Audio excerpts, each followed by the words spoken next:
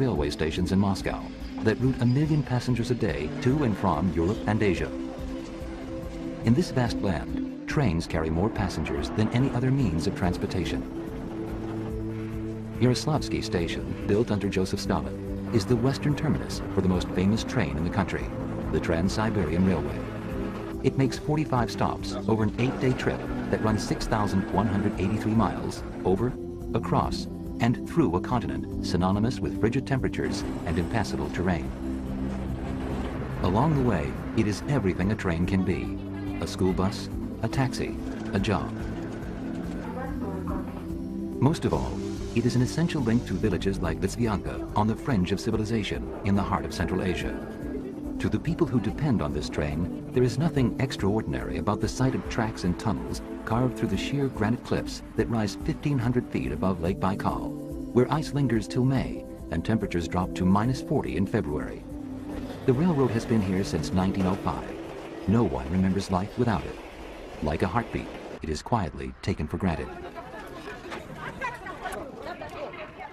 Yet a century ago, it was virtually unthinkable that a train would unite Europe and Asia.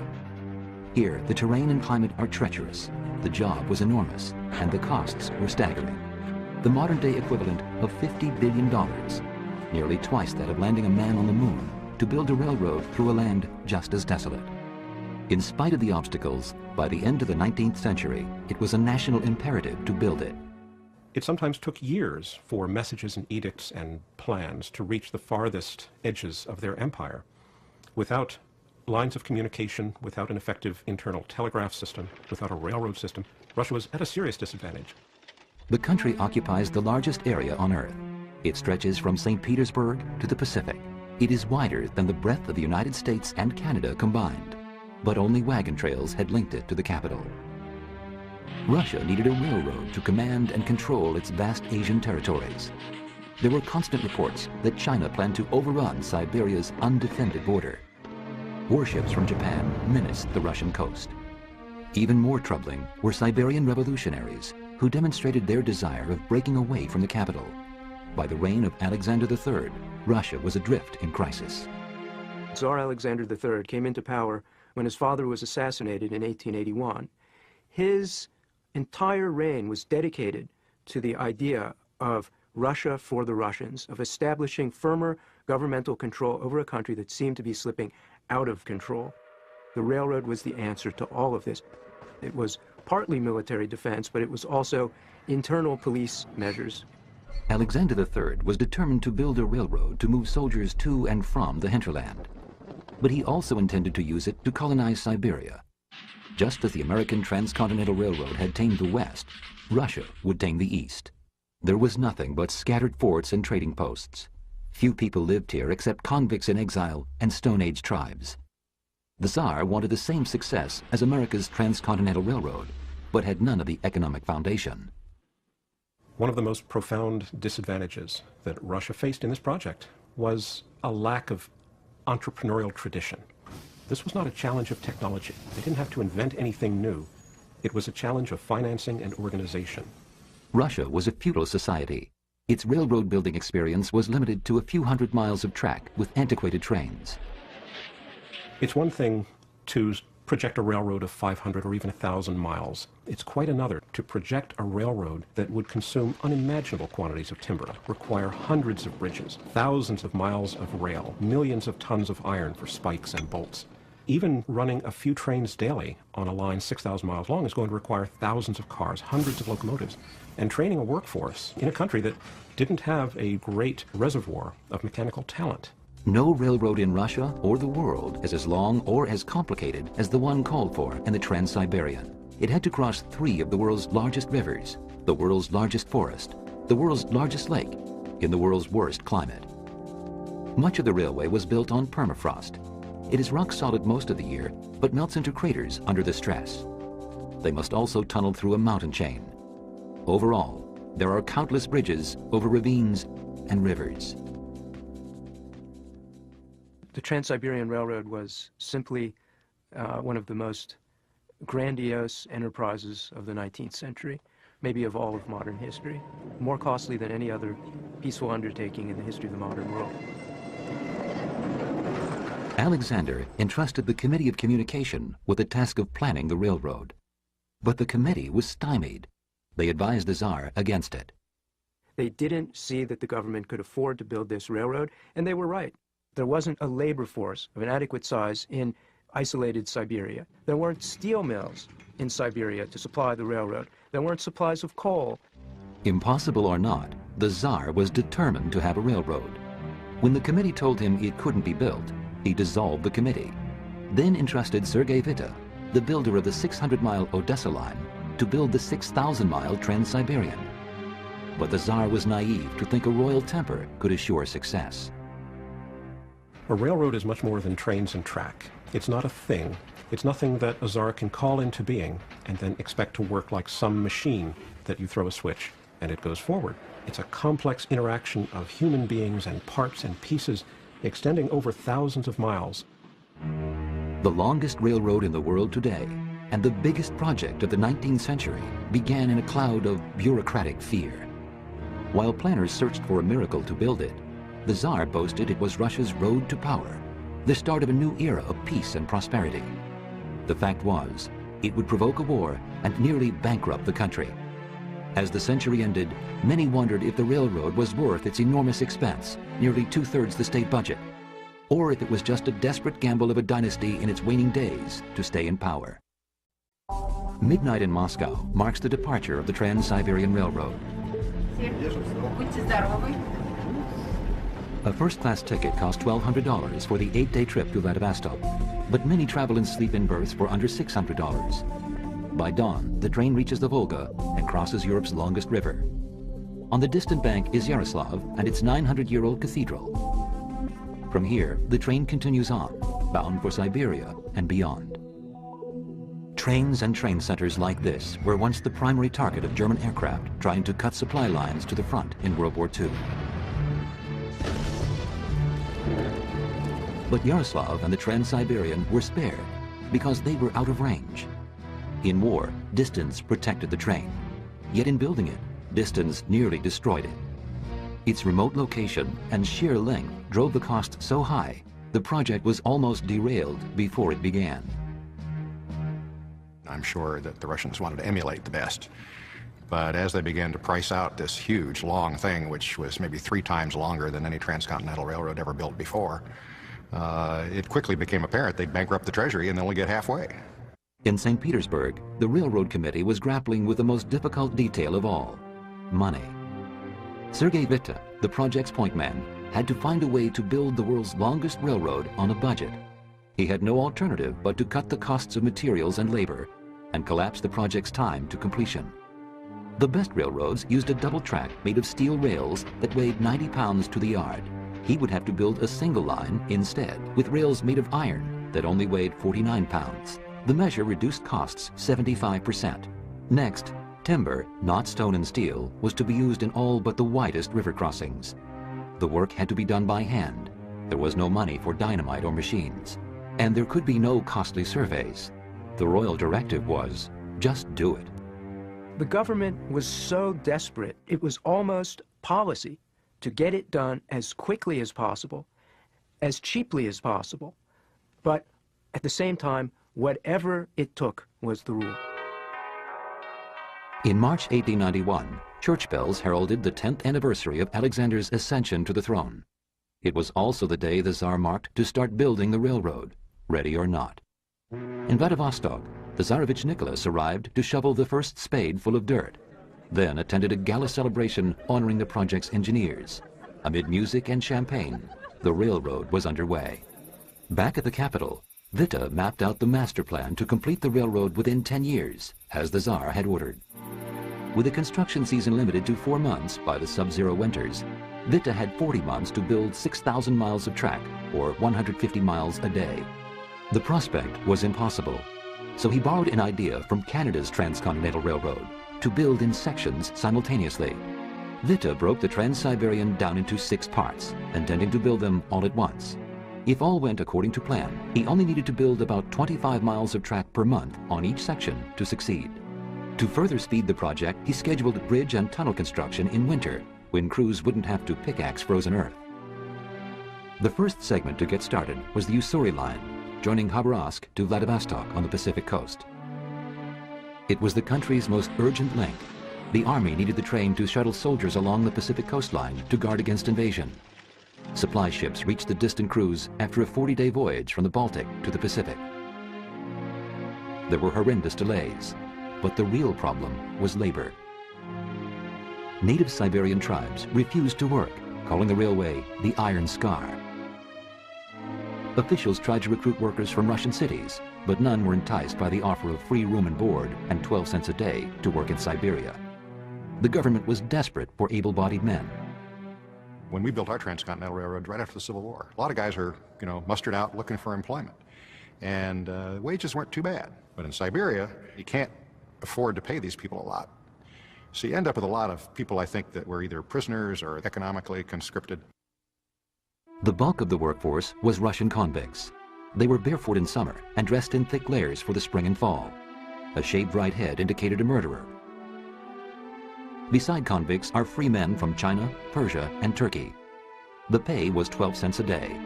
Stonemasons recruited from Italy earned $1. Other than work, the men either ate or slept. The food was dismal. Cooks slaughtered pack animals too weak to work to make stews of mule and horse meat. At night, men slept in tents or crude bunkhouses. The convicts were shackled to wheelbarrows to prevent their escape. At first light, everyone was back to the tracks until dark, usually at 10 p.m. in the northern latitudes of Siberia. The routine was repeated until the winter suspended work till spring. In the chains of Siberian prisoners, the railroad found the miracle it needed. The enemies of the state became the builders of the state's most important undertaking. Motivation consisted of unshackling a prisoner and taking a day off his sentence for a day of labor. They were actually paid fairly well, and they were fed fairly well, and conditions were much better working on the railroad than they were rotting away inside of a prison. Shackles or not, the prisoners often slipped into town, bringing outrage from the local governor for the mayhem they caused. But the railroad officials were less concerned with conduct and more troubled by the fact that they needed more bodies to work every hour of daylight to the maximum. Imperial soldiers were ordered into service but refused to work beside criminals and went on strike. Finally, the government invited 15,000 coolies from China. The government's motley labor force pushed on. Construction moved at full speed, but by late spring, it was completely disrupted. The initial surveys failed to reveal a critical detail. The melting rivers, fed by tons of winter ice and snow, had overrun their banks by as much as 15 miles. In many cases, the engineers who were assigned to survey this 5,000 or 6,000 miles through what was often a trackless wilderness, apparently often would decide that they just really didn't have the time to run every line and figure out every curve. So that in many cases the surveys were, shall we say, imaginary, lines drawn on maps without an engineer ever setting foot in that particular forest or that particular step. Well, by the time the track layers get there, they encounter features like rivers or streams or hills that the surveyors had overlooked because they'd never been there in the first place. The crew hammered away at the route's 470 arduous miles. But there were more obstacles. The floods turned into swamps that bred disease. Siberian anthrax decimated the pack animals. Mosquitoes transmitted fevers that incapacitated hundreds. Worst of all was an insect barely visible to the human eye. The Siberian gnats alone would be enough to make most modern human beings go crazy. They were thick, unrelenting. They would get into your clothes. They were a combination of vicious flea and nasty mosquito rolled up into one, and there were billions of them. It became the practice of Siberian railroad workers to literally dress themselves in netting. Whatever the challenges, Witta's plan was succeeding. The real problem was still the old problem, money. Even with cost cuts, the project needed more. To raise more funds, he kept the news about the railroad's difficulty and delays a state secret.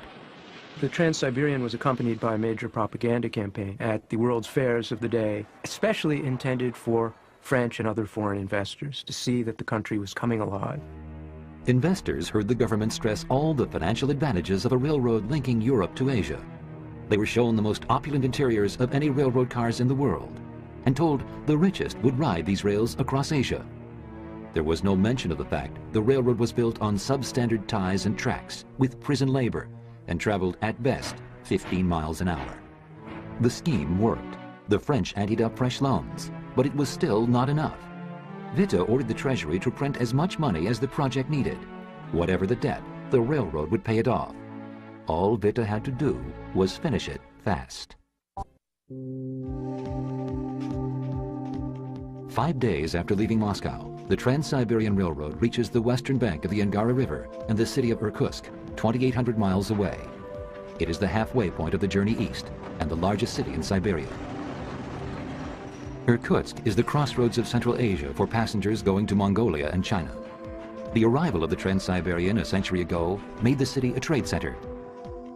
The homes of rich merchants and the churches they endowed still stand. Near the train station is the city's World War II memorial. It's a fitting location. With the Nazi invasion, the Trans-Siberian became a warhorse, moving whole armies to the front. In peace, it is a workhorse. The Trans-Siberian carries the industrial lifeblood of coal, oil, and gas from Asia to the West. The tracks are built to bear the weight of 100 loaded boxcars. Its engines can reach top speeds of 70 miles an hour. The speed and strength of the Trans-Siberian in the 21st century is the stuff of dreams to the railroad committee who built it in 1891. For Sergei Witte, building cheap was a necessity. Building quick, a strategy. The sooner the railroad was finished, the sooner it could earn money. Money needed to upgrade the tracks and rail bed that, by necessity, had to be cheap to cover 6,000 miles. The linchpin in the strategy was concurrent construction, building the Trans-Siberian in sections all at once. The biggest challenge in crossing the Earth's largest landmass was not the land, but the water. The supply line for building the railroad ideally comes from both ends. The trains just bring it in on the tracks you've already built, and that's the best way to carry it. But the Trans-Siberian Railway was started at 6 different points. So what they did was bring supplies in by boat, which meant going up to the Arctic Sea and then coming up one of the rivers. Ships were slated to drop off construction supplies to crews building east and west, but they never made it. The Arctic Sea was a killer, unlike anything the Railroad Committee expected. The first supply flotilla was shipwrecked. Thousands of miles of tracks and tons of spikes were lost. The accident set construction back. 6 months after the project began, it was already 2 years behind schedule. The Arctic Sea was dropped as a supply route. The project had to wait for slow-traveling supply trains arriving on provisional tracks. Delayed but not defeated, the work pushed on. A year after the Arctic Sea debacle, the project was resupplied with rails. Crews at the westernmost edge of Siberia forged eastward across the Barabanskaya steppe. In stretches of permafrost, crews built innumerable bonfires to melt the ice-hard soil and sink the track into solid ground. Dynamite would have made it easier, but it wasn't in the budget. The work of most Siberian track builders was repetitive and very difficult. They didn't have steam shovels. They didn't have access to what we would regard as modern hand tools. They were shaping the earth in the profile for the track and doing so with wooden shovels, with rakes, with small light picks, and in some cases they didn't even have wheelbarrows. They would drag the soil on barrows to where they needed it. On September 11, 1894, 3.5 years after the start of the project, crews reached the Ob River. It is one of the world's largest rivers. While crews with supplies ferried across the river to continue building east, masons began work. Slowly, the bridges took shape, with stone piers and thick buttresses that slanted outward to deflect the tons of ice that swept downriver at a crushing 6 miles per hour. But the upper section of the bridge was delayed for months. Every stick of rail, every nut and bolt for the bridges, every piece of metal had to be hauled in from workshops in Moscow or Warsaw or other parts of European Russia. The bridge beams, bearings, and rivets were packaged into hundreds of boxcars and shipped over months like pieces of a puzzle. The supply trains traveled at speeds no better than a walking pace. Bridge construction took place through the winter. It was a ruthless schedule with deadly consequences. But you've got problems there with working in the extreme cold. Even with gloves, your hands get cold. You step back to do something and you miss your step on this bridge. You grab for something and it's not there, or your hand isn't working. All of a sudden, there you are down in the river. And it's not a gentle splash that season of the year, it's a thud. The Russians stoically accepted the loss of 10 men for every river crossing and pushed on. After the bridge was finished came the real dangerous job, testing it. Engineers drove 4 locomotives with 4 loaded freight cars halfway across the span. Barring its collapse, they remained there for 2 hours while structural bend was measured. Then they crossed back and forth, first slowly, then to 15 miles per hour. The Ob River Bridge held. Siberia had made a joke out of building quick. Vast distances and harsh seas had stalled the supply lines. It also brought out the worst of engineering based on economy. Typically, 3,000 ties were used to a mile, but the Trans-Siberian used 2,000 to save money. When combined with a light iron rail, the result was disaster. If you build a light railroad, you need lots of cross ties that hold it up. This light rail has to bridge from tie to tie, and you get an engine on it. It's going to sag and stretch. Also, Siberia has a very severe climate, and there's a temperature point at which steel becomes brittle. And they hit that in Siberia. So the rails would just pop apart and crumble. The broken pieces of the railroad were patched back together and work resumed. Even a bad train, argued Witte, is better than no train. But in October, tragedy struck. Alexander III, the man who fired a committee for telling him the Trans-Siberian could not be built, died in a train derailment. Sergei Witte was made a scapegoat and forced to resign by his enemies. The railroad had lost its 2 greatest champions. It fell on Nicholas to complete his father's vision. The summer in Siberia is a gift of warmth and light. In Irkutsk, people spend long evenings by the Angara River, mindful that these are the best days of the year. In 6 months, temperatures will drop to 10 degrees below zero, and the sun will set at 3 o'clock. But winter is Siberia's defining season. For the train to succeed, it had to conquer the climate and sheer size of the continent. By the fall of 1898, it was better than halfway to victory. The Trans-Siberian reached Irkutsk in September 1898. 7 years after the project began, the largest city in Siberia was linked to the capital. The distance of 2,800 miles was longer than the American Transcontinental Railroad, but still less than halfway across Siberia. In St. Petersburg, Tsar Nicholas honored his late father with the title Most August Founder of the Great Siberian Railway and erected a statue in his memory.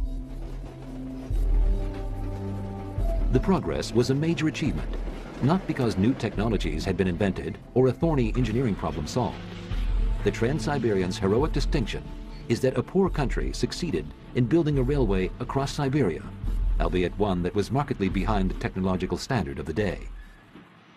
They were building a railroad by hand across the subarctic Siberia at the same time that the Wright brothers were dreaming of powered flight. At the very same time that in the US, the New York Central Railroad exceeded 100 miles an hour. The Russians are aspiring to a railroad that would operate at 10 or 15 miles an hour, take several weeks to cross the continent. Far from the royal celebration, the real heroes, the men who laid the tracks, continued to work, unheralded and invisible to the national eye. They drove the railroad forward day after day, overcoming whatever is in the railroad's path. That included a forest as large as the continental United States. The birch, pine, and spruce were so dense, sunlight had never reached the ground. When the sun finally touched the frozen forest floor, it turned it into a boundless swamp. The men had no choice but to work in hip-deep water and wallow in mud until drainage canals were built. The work moved slowly, but it never stopped. By 1900, the railroad was finished, except for a final link less than 200 miles long. The last stretch, joining the western and eastern sections, was in Central Asia at Lake Baikal, the world's largest body of fresh water. The lake is 400 miles long and 60 miles across. It also reaches depths of over a mile, making it the deepest lake on Earth. Cliffs and mountains rim the southern and eastern shores like the teeth of a shark. The landscape was a construction crew's nightmare. Of the route's 6,000 miles, most had crossed Great Plains like the American Midwest or forests and swamps. But this section was pain and heartache embodied in every mile. Out of this terrain, crews had to blast a shelf wide enough for the tracks and tunnel through a mountain chain. The cost was $15 million, 6 times that of an average mile. The Railroad Committee's decision was unanimous. There had to be an easier way. The Railroad Committee decided to avoid the route through the mountains and build a train ferry to cross the waters of Lake Baikal. The idea is copied from the Americans. This is not an unusual thing to do. It was used a lot in the United States in the early days, even until the 1970s. to get trains across Lake Michigan to avoid the congestion of Chicago. But at Lake Baikal, what they did was propose a ferry to take the train across because they would be quicker than to build the line all the way around the south end of the lake. The vessel that would cross the lake was named the Baikal. It was designed and built in England, 297 feet long by 57 feet wide. It had twin propellers, an inch-thick steel hull reinforced by a 2-foot inner sheathing of timber, and a bow propeller to shear away ice. When the ship was finished, it broke through ice 4 feet thick.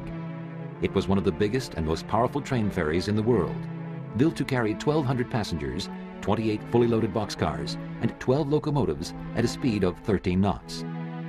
3 rows of tracks rested above the ship's keel so a train could drive on and off the ferry. It was the one state-of-the-art item on the Trans-Siberian Railway. A smaller icebreaker and passenger ferry named the Angara was also built. Its job was to plow ahead of the Baikal, breaking a path for it. The train ferry was finished in 12 months, but the only way to get the vessel to Siberia and Lake Baikal was to break it down, box it, ship it by boat, then rail, and reassemble it at its new port, Litsvyanka. Reaching a landlocked port in Central Asia proved to be more difficult than construction. The Baikal was delayed by 2 years when its supply train had to wait until a bridge was constructed. In the drawn-out delay, parts were lost in transit. Then it was discovered that some ship pieces were too big to fit on the supply train and had to be rebuilt, causing a further loss of time. It had 15 boilers. The reason for that is that they couldn't have any one of these boilers any bigger than would fit on a railroad car to carry it down the track and get it to Irkutsk and finally get it to the place where the boat was being assembled. 3 more years passed before the ship was finally reassembled and put into service. But the waste of time was a minor inconvenience compared to what was in store for the Baikal. Perhaps one of the biggest surprises in all of Siberia was Lake Baikal. Even the Russians underestimated winter in Siberia, winter on Lake Baikal. The lake seemed to have a life of its own. It had its own weather, it had its own moods, it had its own hazards and its own beauties. Storms could come up almost instantly, storms large enough to throw this immense car ferry, this iron boat, big enough to sail any ocean in the world, far enough off course and stop it in its wake. After 1 year on the lake, the Baikal proved itself useless. It was a total loss. In spring, summer, and fall, storms or fog constantly held the Baikal in port.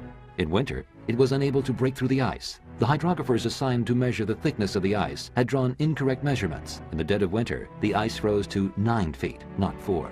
In futile desperation, men were sent onto the ice to hack a path for the ferry, but it was useless. This whole huge bloody ship slides up on top of the ice, fails to break through, slides back. I mean, it just flat doesn't work. And so passengers and cargoes and stuff are piling up at either side of the lake. You just physically can't get across. It's just, a bloody, ill-conceived mess. Your whole railroad from Moscow to Vladivostok ceases to be able to run. Lake Baikal had the final word. The ferries were abandoned in a year, a frost-rimmed memento of Siberia's power over men and machines. The Railroad Committee had no alternative but to build a 162-mile track through the mountains and cliffs above the lake.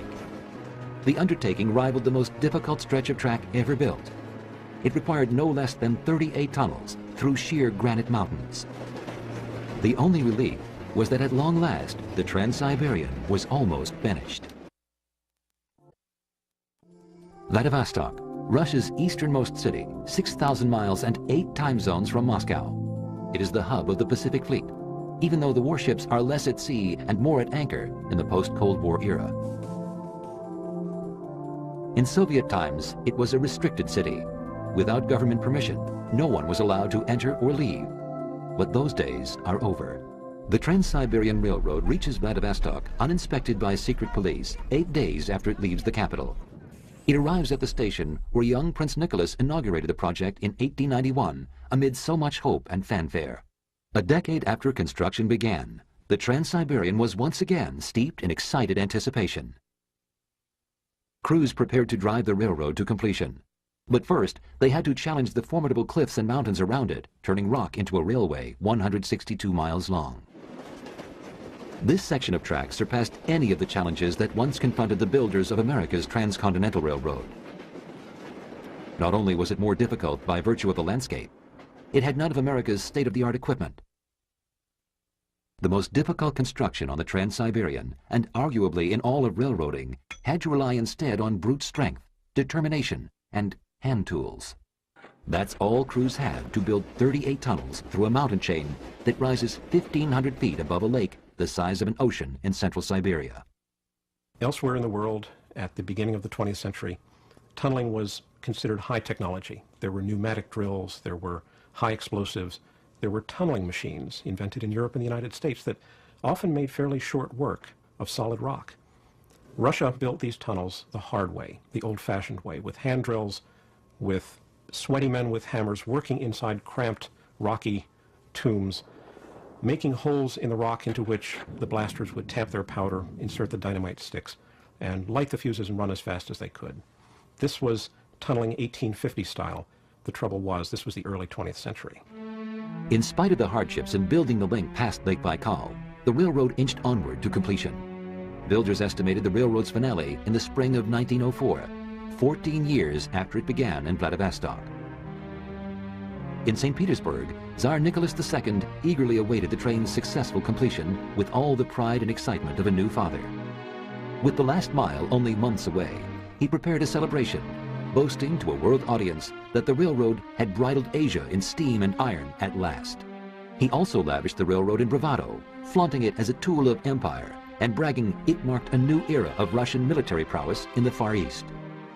The Tsar would have been better off to say nothing at all. His unmeasured speech and lack of tact sparked a cataclysmic disaster.